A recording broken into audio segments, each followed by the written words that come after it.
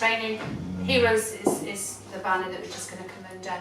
And just a little background if people don't know why they're sitting here, because they may or may not do, is that 20 years ago I noticed across the way in my distance of working with professionals, different agencies, so it's not a blame thing, around about who do the supporters go to when they need support.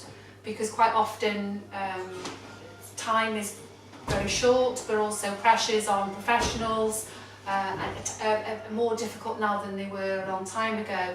So I wanted to set up a peer network to look at how do you support the supporters, where do you go to if you need to talk about a case, but also through fear, through shame or through embarrassment sometimes. You may not feel as if you're able to explain that experience, but also you may not know how to resolve it. What would you do to resolve it?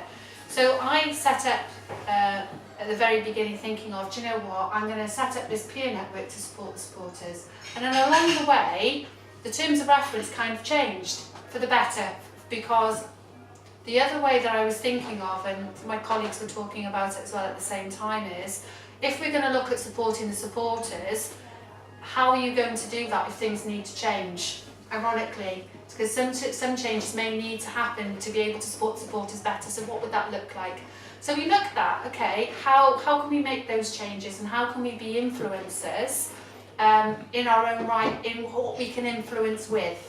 So one of the examples we were giving is that we're not expecting everybody to go knocking on the doors of Welsh Government saying, I want this paper changed now, or around about that, but how can you, just by informing and talking and looking at it and having conversations about some issues. It's quite interesting you gave that example about now Theresa May has said that we can have this funding for elder abuse. I can now take a step back, but we all know, all professionals sitting around the table, it's going to take people sitting around the table. Joking aside. No, joking aside, but that's a great example. The great example is, it's the same with when the Violence Against Women and Young Girls and Sexual Violence Act came out. We all thought, brilliant. You know, finally we can look at how can we drive those changes. There's only one slight problem in that.